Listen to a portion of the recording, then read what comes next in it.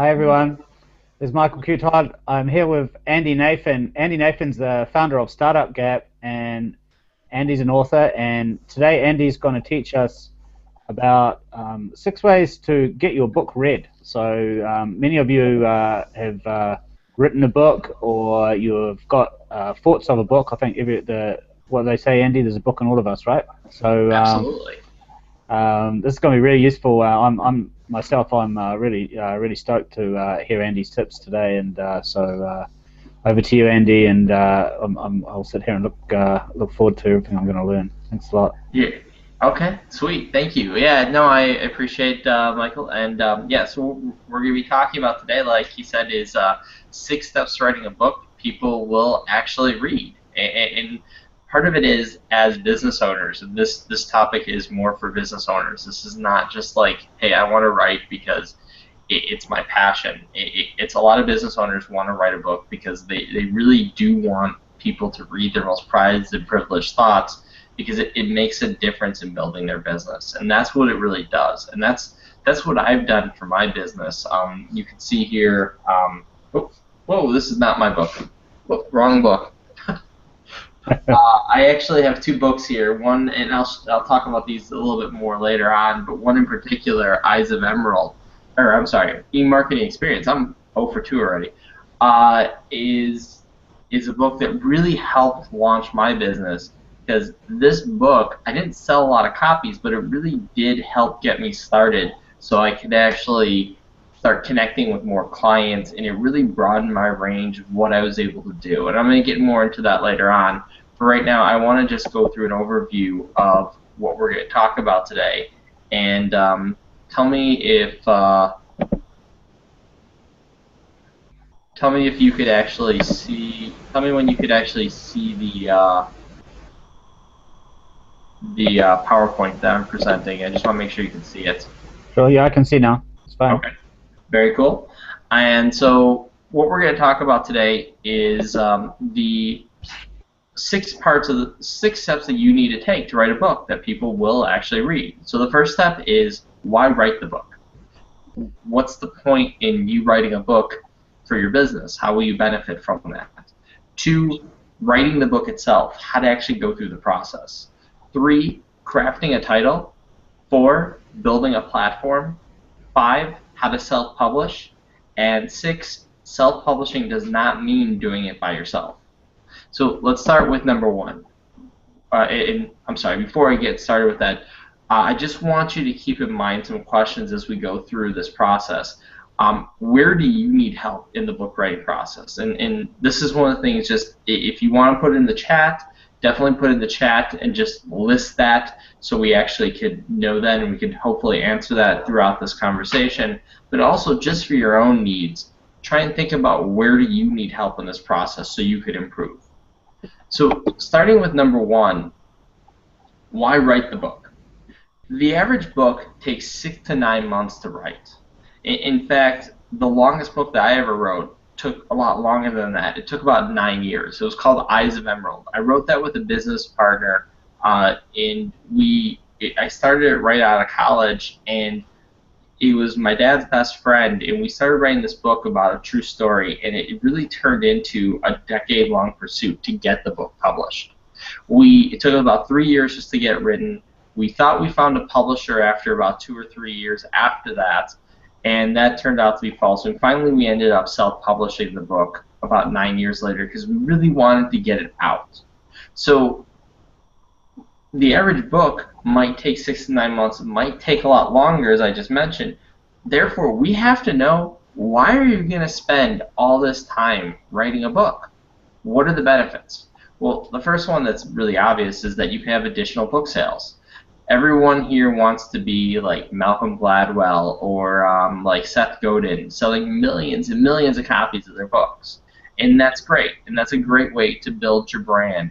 It's a great way to start up your business. However, that's not the only reason why you write a book. And these authors like Seth Godin or Malcolm Gladwell will even tell you that they probably didn't make the majority of their money through book sales. In fact, probably they made a lot of their money through increased client sales that came from the book.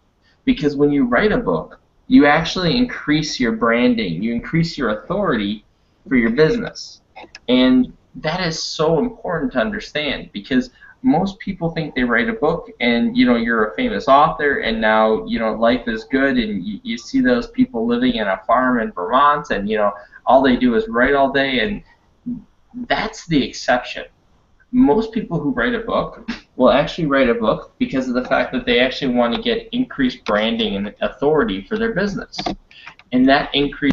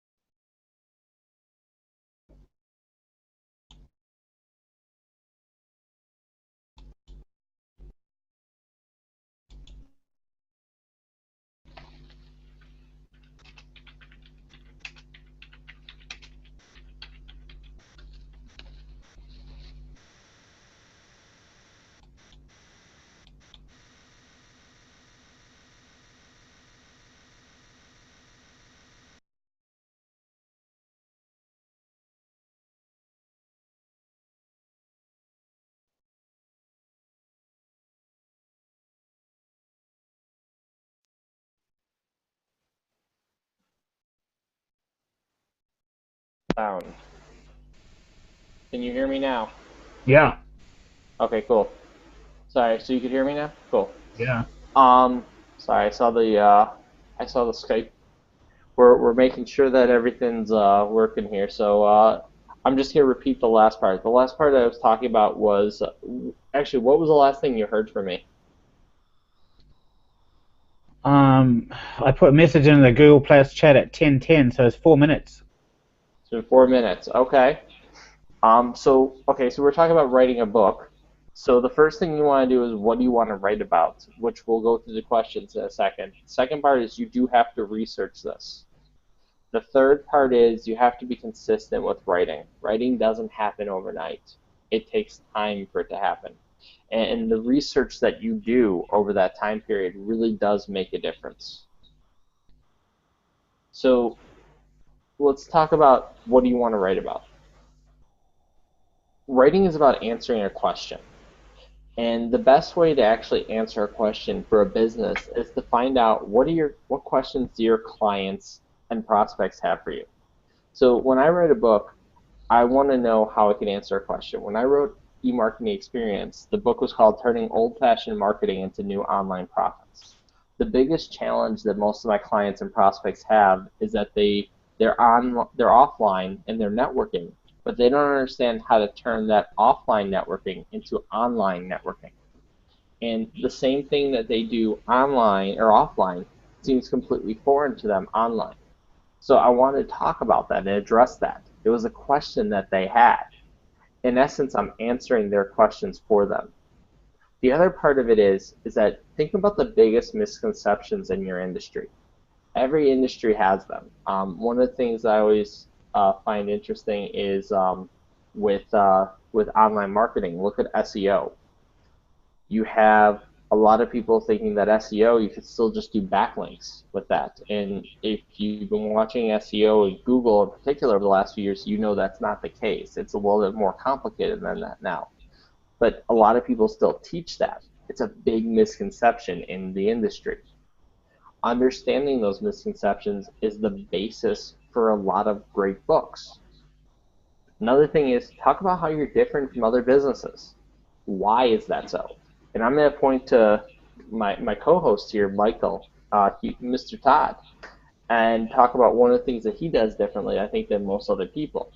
And he really is good at leveraging sites like Empire Avenue and understanding how they work ahead of the curve.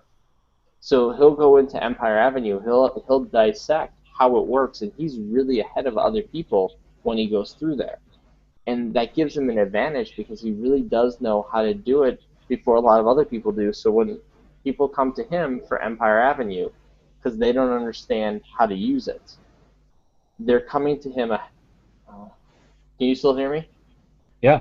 Okay, cool. Just making sure. They're coming to him to find out how he can be the one to help them, and he can help them years ahead of other people. That's a huge advantage. I really believe that it's going to take everybody 2 weeks before they learn how to do anything. They've got to spend maybe an hour, half an hour to an hour every day for 2 weeks before they, finally sort out how something works, how something new works. Oh, absolutely. It might be Facebook, Google Plus, anything, Twitter, anything. If you've got to spend that time for the 2 weeks. Yeah. Yeah, and absolutely, and that's one of the things that I definitely agree with you on is that you do have to spend some time doing it, And not many people are prepared to do time. that. Yeah. Not many people are prepared to do that unless they've got to have a really big reason, and I guess having a book is a big reason. Yeah. Okay. Yeah. No, and that's one of the things that you've done that's different than other people is that you actually do spend the time making sure it happens. So, and that's one of the things I think is really cool. I'm just gonna move forward because I don't want to hit that to death, and I want to make sure we get to everybody's points and questions here. So let's take that idea that we have with the questions and let's turn it into an outline. What I talked about before was consistent writing comes from consistent research. Consistent research comes from answering the questions and getting the information right. What I'm doing with Startup Gap, and this is something just to give you some ideas of how to organize your book, is I write down the questions here, and this is, you can see the link for the questions at the bottom. And every question is a chapter. So I have a chapter on how did you get started? I have a chapter on what are your greatest challenges? I have a chapter on how do you define yourself, or when did you consider yourself to be successful? And using these questions actually guides me on the path to actually creating the book. It's easier to fill in information in a book when you have the research done, when you have the questions answered. And that way you could really do a much better job at presenting a unified front with a book. And hold on one second. I just need to. I have. Sorry. I had my Google Plus open, and some people were chatting on the Hangout there, and it kept beeping in my ear. So that'll help you create that outline. The next part is you want to craft a title. One of the things I've always admired about Timothy Ferriss, the author of 4 Hour Workweek, is having such an amazing title that not only is his unique selling proposition, it was so unique, it actually defined what he was talking about for the business. And that's really what you want to do. You want to make your title, your book, your unique selling proposition, the benefits, the reason why people should use your services, and make it the reason for the entire book. So Timothy, you're a long time stuck with your title, right? What's that? You're a long time stuck with your title. You got to choose it wisely. Oh yeah, no, absolutely. And one of the things for me, I was, when we wrote the book Learning from Failure, I had some people say, well, I don't know if you want to necessarily call it Learning from Failure because you don't want the word failure following you around everywhere. I said, no, but it's not about failure. It's learning from failure. And once people understood the concept, it made a difference. But you're right. You don't want to be stuck with a bad book title. And I've had those before. It's bad. Well, it's bad. But the point is that having the right title really does make a difference. And you've written the book 7 Pillars, Michael. You could attest to that. Yeah, the pillars come from like building one on top of the other, and the 7 thing was suggested to me that people like 7, like the Stephen Covey, the 7 habits of successful people. People can remember and deal with 7. No, it's fine. And 7 is an exact number rather than 6 and 8 could be a rounded off number, but 7 is more of an exact number, and 5, 7, or 9 apparently people recommend is good. It's the same reason why people sell products for $7, $17, and $27. Yeah, I get it, and that's a good point there. One of the things, the title does make a difference, and 7 Pillars is a good title. I actually did buy it, and now I'm thinking that my book, 6 Steps to Writing a Book, is actually not enough. I need to have a 7th step. Stephen Covey did that. He made the 8th habit, so he wrote whole other book called The 8th Habit. So maybe you can do that. I will. I'll have the 7th habit of writing the 7th step. Yeah. So, very nice. Okay, so you have the title, you have the book. Now we need to build the platform. Promoting a book does not just happen. You have to build your list. You have to use social media. You have to connect with other power players in your niche. Find your media contacts. Connect with your target audience. That's really what this is about. Connecting with your target audience. And to do that, it takes time to find those people.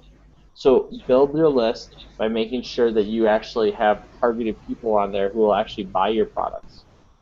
Use social media to engage with them so when they're ready to buy, they actually buy your book, and connect with other power players in your niche. Then you can reach out to media contacts if you want them to distribute what's going on. Having an entire platform built around how you can connect with people really does make a difference. And number 5 is how to self-publish. So I'm not going to go, this step could almost be its own webinar, so I'm not going to go too much in depth with this. I'm just going to go through the major options that you have are CreateSpace, Kindle, which is Amazon, Nook, which is Barnes & Noble's, Smashwords, which is a new up-and-comer. And the three major types of publishing that you can do self-publish. My personal favorite is the print on demand, which is really great if you want to have a few books that you want to give away to your clients. If your goal is to meet with clients and instead of giving them a business card to hand them a book, then print on demand is an amazing tool for you to use. If you're looking to get a lot of people to download your ebook, so you could actually get subscribers, so you could get readers, so you could get shares, so you could get traffic to your website, to your business, then maybe you're instead looking for an ebook. One of the reasons why we had Learning from Failure as a Kindle book was because it really did drive more traffic to our businesses. And that's a great way to do it. And ebooks are a tremendous tool. They're also great for building your list. You could have an ebook that's a PDF file that's on your website. It doesn't necessarily have to be on a major player site like Amazon or Barnes & Nobles or Smashwords. You could have it on your own site and store it there, and people get the ebook in exchange for their email, and that's a traditional way of doing it. Another thing you can do is audiobooks. We've been talking a lot about target markets and talking to your prospects and clients. One of the other things is supply versus demand. There's a lot of books out there. I mean, there's a ton of books. There's also a ton of ebooks out there. However, if you go on a site like Audible, what you'll notice is there's not a lot of audiobooks. I have a monthly subscription to Audible, and it's really kind of nice because when I listen to Audible, I'm completely tuned into that book. Because, a lot of times I'll be in the car or I'll be working out. So I can't really just go from book to book to book. Or I'm not doing 10 things at once. I'm listening to that book. And one of the things that I really want to do with Startup Gap is that I want to have an audiobook version. So with that book, people could actually listen to it in the car. And because so few people actually have audiobooks with their books, it makes it that much more valuable for people to actually listen to. And it makes it stand out more, so there's less competition. And as Michael could tell you, someone who's generally ahead of the curve, having less competition is really a good thing, because if you're ahead of the people with that, ahead of most of the people doing that, it's easier to get in and fill that niche. It's easier to get in and find clients who are interested in what you have to do. Especially for a business audience that is generally very busy, audiobooks are a huge opportunity for business. I think that will really help you develop rapport with your audience as well once they know and learn your voice. And you convinced me. I make audiobook for my book now. Thank you. Okay, so I've got one. I imagine there's a bit of work involved, but I'll do it. Yeah, no, that's one of the things that I need to get some of the equipment for the audiobooks, but a lot of it you could do with just some of the simple software that's out there, and then having the right tools for the microphone. So yeah, I'm definitely looking to have an audiobook there. So I'm glad you agree with that theory. Moving on to number 6. Self-publishing does not mean doing it by yourself. A lot of people think you do a self-published book and then you write it by yourself and you're going it alone and that's why you're doing it. No, that's not how it works. I personally, I'm not an editor, or I'm not a graphic artist. Michael, are you an editor or a graphic artist? Not at all. Okay. Can you do all the promotion, social media, blogs, videos, reviews, testimonials, email campaigns, book signings all by yourself? Of course not. And that's the problem with the self-publishing business, is that people think that when you do self-publishing, you're self-publishing it all by yourself, and that when you publish it, it'll magically promote itself. It doesn't happen that way. What does happen is that you need help with what's going on. And so I'm going to give you some examples from some of the books that I wrote. So this is a segment of 30-minute businesses. This is just half of a page that I had edited by my editor. And as you could see, she made 3 comments and about a dozen edits throughout the page. Now, I'm a pretty good writer, and she still found a lot of things that were wrong with this draft. And that's exactly what it is. It's a draft. And as long as you're able to accept constructive criticism, it really does make a difference, because the book was so much better after she reviewed it. And having someone look through it really does make a difference. So you need to have an editor. That's number one. Number two, you need a graphic designer. And of course, the formatting of this doesn't work, so it's just perfect that I said you need a graphic designer when my formatting doesn't work on here. On the left, that crazy psycho-looking woman that you see there was my design. And on the right, my mom, who's actually a professional graphic artist, did the final design for Eyes of Emerald for the book. This is why you need a professional to do it. Now, I gave her the concept and the idea, but she took that concept and made it 100 times better than I ever How long ago could have did she done do myself. that? Oh, this was, well, she did this, we published the book in 2010, so she did this about 4 years ago. Right. Very good. Yeah, she's she's a professional graphic artist, so this is what she does all day. So she knows what she's doing compared to me, obviously. So, I'm just, and losing my train of thought here. So yeah, so just having a professional graphic designer is really important. Next step is that you need to have people reviewing the book. At the top, you can see the reviews that we got for Learning from Failure. The bottom are actually reviews from eMarketing Experience. And part of the benefit of actually having people look through your book is that they will review it and tell you what they think of it. And that really is so important because reviews on Amazon and Barnes and Nobles and all these sites now, they're so important because people want to know what other people think of your book. In fact, one of the people who reviewed the book for Learning from Failure was actually the number 6 ranked reviewer on all of Amazon. So here's one of the top reviewers on Amazon ranking our book. So not only are we getting authority from someone reviewing it, it's someone who actually has a lot of ranking and authority to begin with as a reviewer, which encourages other people to review the book as well. So having reviewers definitely does help. And these are partners, and you want to make sure you treat them well to actually review your book. The next step is you want to make sure you have bloggers and you want to have videos and you want to have all those other social media components to your campaign. Julie Weisher in our book Learning from Failure, she actually created this awesome video, and I probably should have attached it here. I don't have it on me right now. It really was a great video that captured what the book was about. And it actually got some traffic for us. The other thing was we did blogging campaigns, and you can see here the GrowMap, Gail Gardner from GrowMap actually did a blog post about the book, and then I did one as well. And the post I did had over 73 tweets from Twitter. So over 73 people shared that on Twitter just from that blog post, and 32 people liked it. And then we had 7 Google +1s. So using these different tools really does help get you some traffic. So I want to know if anybody has any questions, because I've rambled on for long enough, and I want to make sure if anybody does have questions, I'm able to answer them. So I'm going to go into the questions section.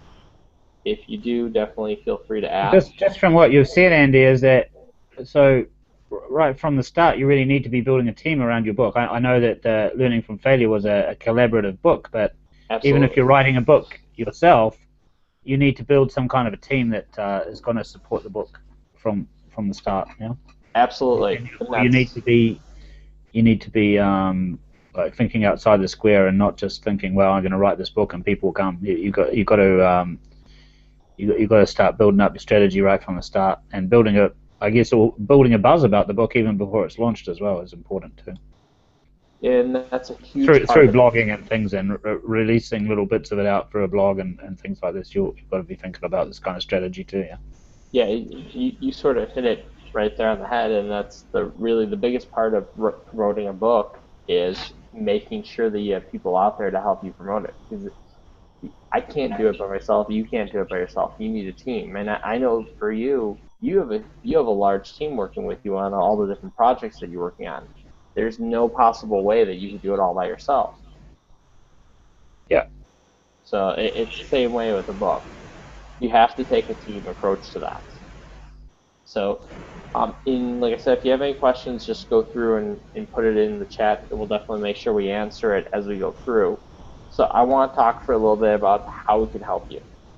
So as we mentioned before, and the previous book, Learning from Failure, was a group book. Here's the reason I want to work with you. I want to create a better book than Learning from Failure. Learning from Failure was an awesome book. I think we could do more. And we have a book coming up that we want to write called The Book of Tweets. Now, don't freak out. You don't have to know about Twitter to do this. But what we're going to do is we're going to write a book, and then we're going to have it published, a group book that we want to have published on Amazon and Amazon Kindle. You contribute up to 2,000 words. You get to say you're a published author. And what you're going to do is you're going to write about 50 tweets.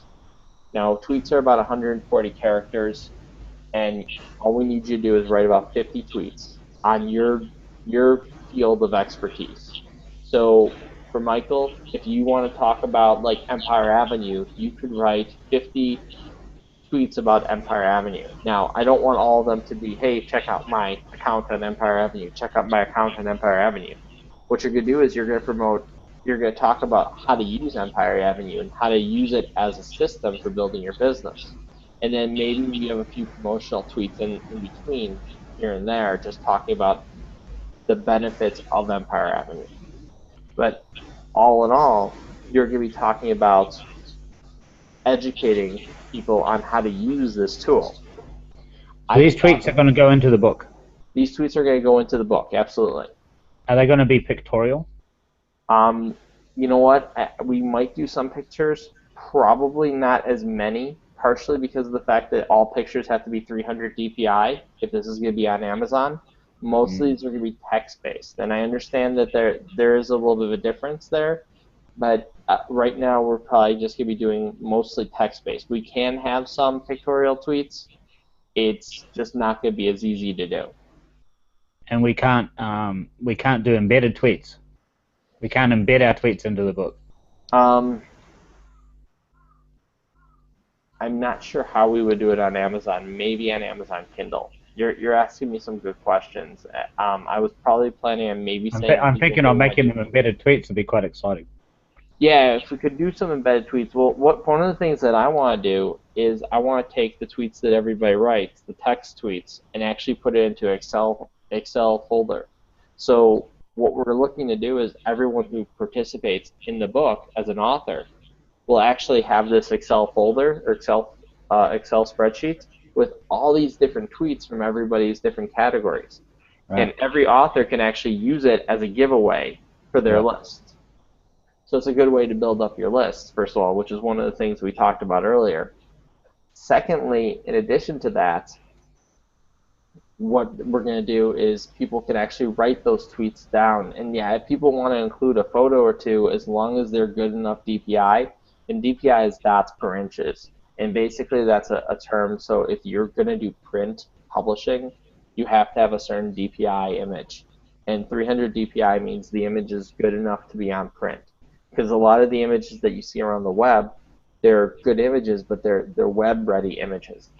And web-ready images aren't as quality. So much for people reading the book with the images is for promotion of the book with the tweets. And I'm constantly thinking of social media opportunities, and for like text-based tweets on Twitter, they barely ever get shared anymore. Twitter's gone into a pictorial platform, kind of like Pinterest and Tumblr now. And they are, and I think I still get tweets to get shared on Pinterest and Tumblr and Twitter. If we can somehow connect either a slide like you've showed us today with your slides that you're sharing, or if they can be some kind of a quote based on top of a great photo or something like this, it's going to make the whole thing shareable, and then we can link it back to the link to buy the book.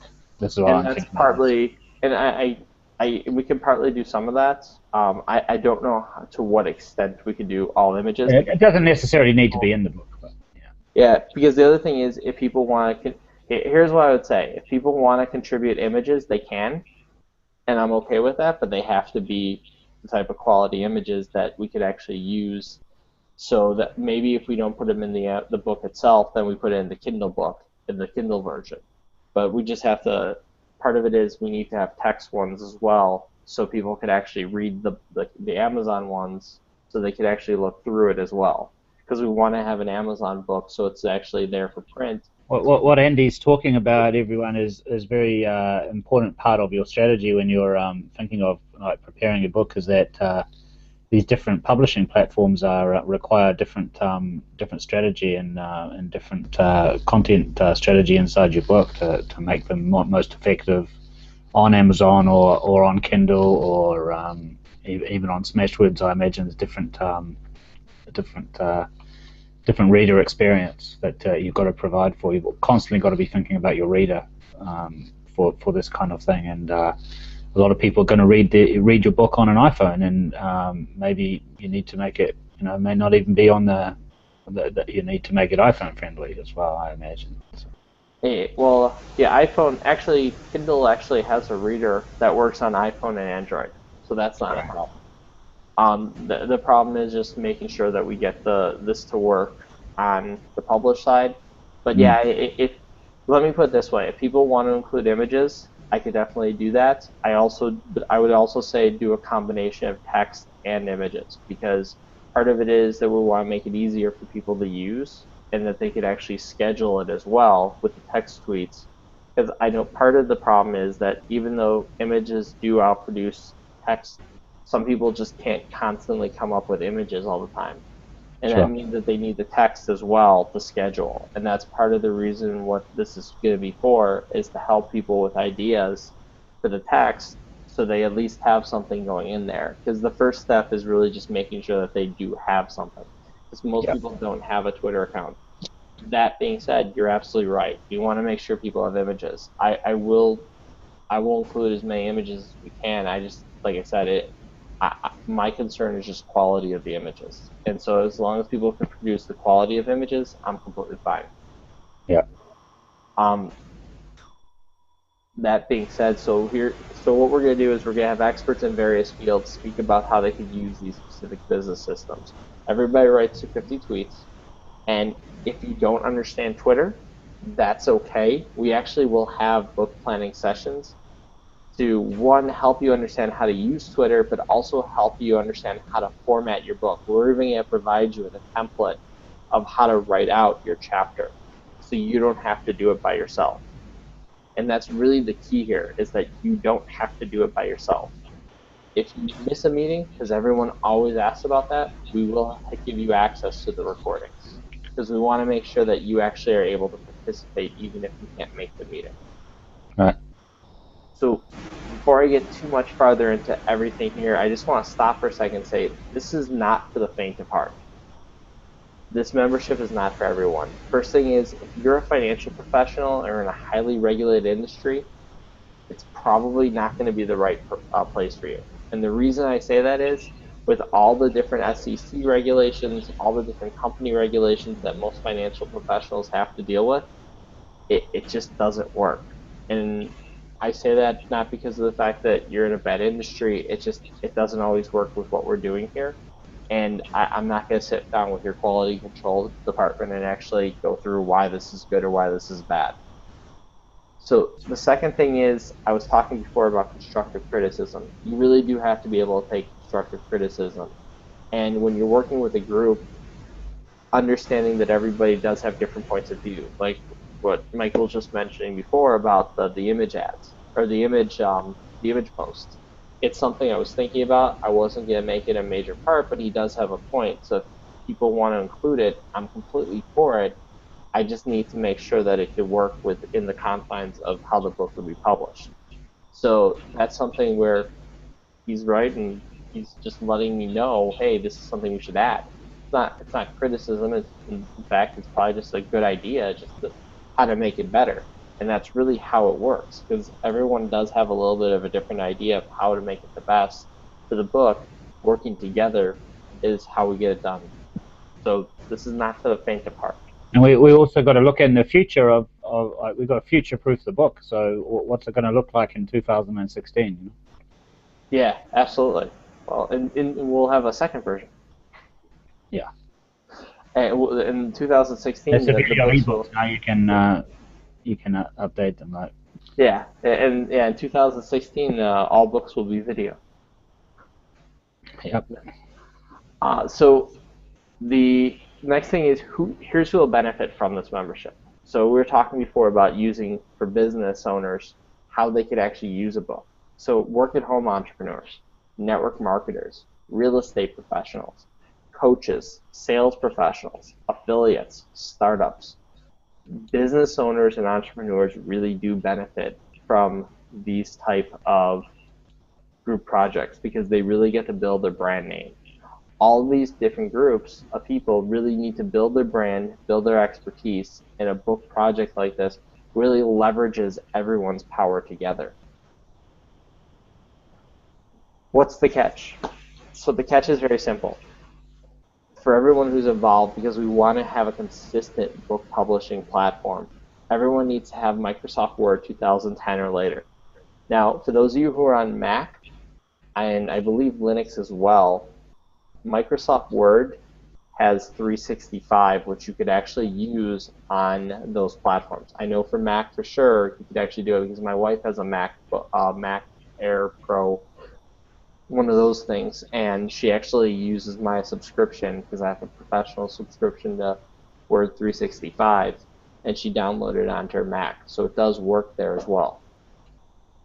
The other thing is, since we're leveraging each other's power, everyone needs to have at least 2 out of the following 5 social media accounts: Facebook, Twitter, LinkedIn, Google+, and or Pinterest. Now, if you're on a secondary network and you have a really large following, we could talk about it. So, for example, with Michael, he's on Empire Avenue. He's one of the top people there, and he really does do a lot of work with people on that social network. That's something we could talk about, but for the most part, most people, we want to have at least 2 out of the 5 accounts on, sorry, I'm getting some coming up, on their social media just so we can have everybody promoting the book at the same time. Which brings up the next part. It does take time to write a book, even a group book. It'll take about 1 hour per week on average to get the book published. And I did a webinar last night with Candice Shira, and she actually was part of Learning from Failure, and I double-checked with her afterwards just to see, hey, is this right? And she said, yeah, this is about right. It took about 1 hour per week on average throughout the entire process to get it published. She said the one thing that was a little different, she said, yeah, you could spend 2 hours the week promoting the book. She said she spent more because she wanted to make sure the book was a success. Everything else, though, was about on average. You spend about an hour a week making sure the book works for you. The next thing is that you probably want to know, how do we get started? And I will tell you in a second. Before I do that, I'm sorry, I actually forgot that I had, can you hear me again, Michael? Yeah, I'm good. Yeah. Okay, sure. I want to make sure you didn't lose my sound again. No, it's good. So I just want to give you these are some of the people who participated in the last book talking about it. And I mentioned Gail Gardner before from GrowMap. She's a blogger, has written a blog for about the last 10 years. She knows how to write. As she says, that's the easy part. The hard part for her, and she was on the Hangout today with me on Startup Gap, she said, the greatest thing about doing these group projects is that Andy did all the hard work. I don't have to do the compiling, formatting, uploading, promoting. She did some of the promoting, but she didn't have to do everything by herself. She could just focus on writing and promoting only. That was the greatest benefit. So even if you know how to write, this is a great service because then you could work with other people. I also had Candice, who I just mentioned, and I'm gonna play the next video here from Trish Dara, because Candice I'm gonna go back to in a second. This is from Trish, and tell me if you could hear this, Michael. Yeah, I can. Yeah.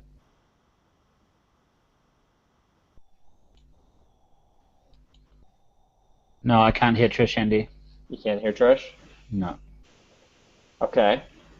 Well, she actually participated. I'm going to just go through an overview then. Isn't there a way that you can actually show a YouTube video in here rather than a screen share? There is. You know what? Let's do that. This is why I work with you, because you're smart. Hold on one second. You're right. I don't know why I didn't think of that. Down the bottom. Yeah. Yeah, I'm opening up YouTube right now.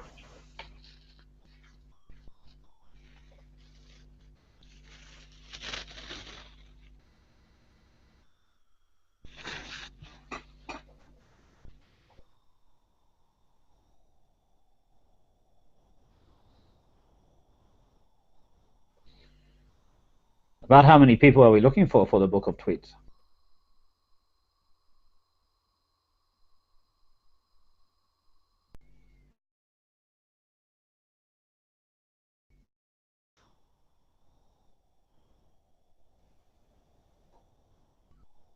No, you put yourself on mute, Andy. Oh, I'm sorry. is that better? Yeah, it's better now, yeah. Okay, I'm going to start this over. I was just asking about how many people are we looking for the book of tweets? About 30 to 40. Right. It's going to be quite some book. Yeah. That's having this many people work on it. And I don't know if you can still hear her. I can't. Okay, you know what? I could send the link.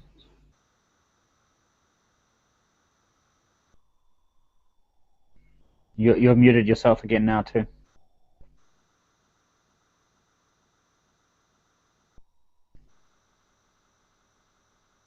Can you hear me now? Yeah. I'm sorry. So I was trying to stop the video and I hit mute. So the basic idea here is It makes you feel better. I've never actually managed to successfully show a YouTube video on these things either. I just know that it's a possibility.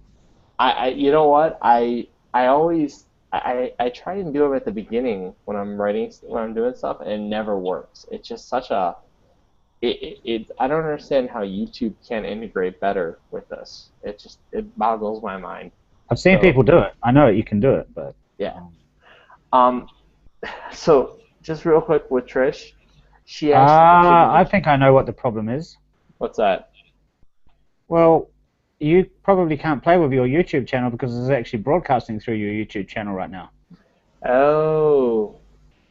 No, I don't think that would be an issue. No, I don't think you can actually. You probably can't because that would involve you playing something while you've actually got something already playing. So maybe I don't. Maybe I can do it. Well, I'll tell you what. I don't want to sit here and fool around with it while people are actually. Let's talk about this anyway. Yeah, let's just. I'll make sure this is available for people afterwards. So, and I'll get you the link so you could actually share that. So, just long and short of it, before we get too much off track, this is $27 a month for the membership. Everything that we're talking about here. You get to be involved in a book. You get to have a book published with your name in it, and you actually get to make sure that you get to leverage other people and get to work with a great group of people to actually get a book published. Now, I actually checked comparable services run as high as $7,000 per book. I actually called up as a client to find out how much it would be because I was curious to find out the details. Now, they had a few other extras there, but the reality is that you could pay $7,000 per book, which was actually $600 a month or $7,200, or you could pay $27 a month. If you're looking to get started, this is the cheapest offer that you'll actually find. And I say cheapest, and I don't mean to denigrate the offer here, because it really is a value offer. The fact is that it's just not, I'm not looking to get millions of dollars working with you here doing this. I want to make sure that we provide a quality service and we all leverage our brand together so we can build a better book, because that's what builds our brand. And I need people to come in here who are quality and can do that. So I don't want to set the bar too high where no one can do it. I want to make sure we have the best people for this book possible. So if you think that's you, go to startupgap.com/MQT, which is Michael Q. Todd, by the way, and sign up today. And that's pretty much it for me. Michael, do you want to add anything, or did you have anything to add? I think what people are going to get from this is that they're going to learn a huge amount for making their own book, and as well as increasing their brand awareness about their brand, and collaborating and meeting with 30 or 40 other great people. And there's going to be those benefits, but I think the learning experience that they get, the learning experience that I get from you every day, Andy, is of being part of Startup Gap is for $1 a day, it's an absolute bargain, and to have this book is just icing on the cake as far as I can see for this. So I really urge that people look at this quite carefully, and because making a whole book all by yourself, that is something that took me, like Andy said, it probably was 2 years work or something involved in putting what I did together. And but here you've got the opportunity that you're going to be part of something that's moving forward every day, and it's definitely going to happen. And and just for an hour a day, input into it is an hour a week, hour a day or hour a week. Hour a week. Hour a week. Oh, wow. Yeah, that's it. It's a no-brainer. Yeah. It's pretty simple. If you're watching this live, by the way, make sure to check out the button right below at startupgap.com/webinar. There's a link right there. If you're watching the recording of this, startupgap/MQT, which is Michael Q. Todd, which is the man. And I appreciate that. Yeah, no, I really want to make this something where we could build on it and build a community of business people who are writing for a common purpose. So Absolutely. that's. All right. Thank you so much, everyone. Thank you. Have a good night, and I will see you when we launch the book. Great.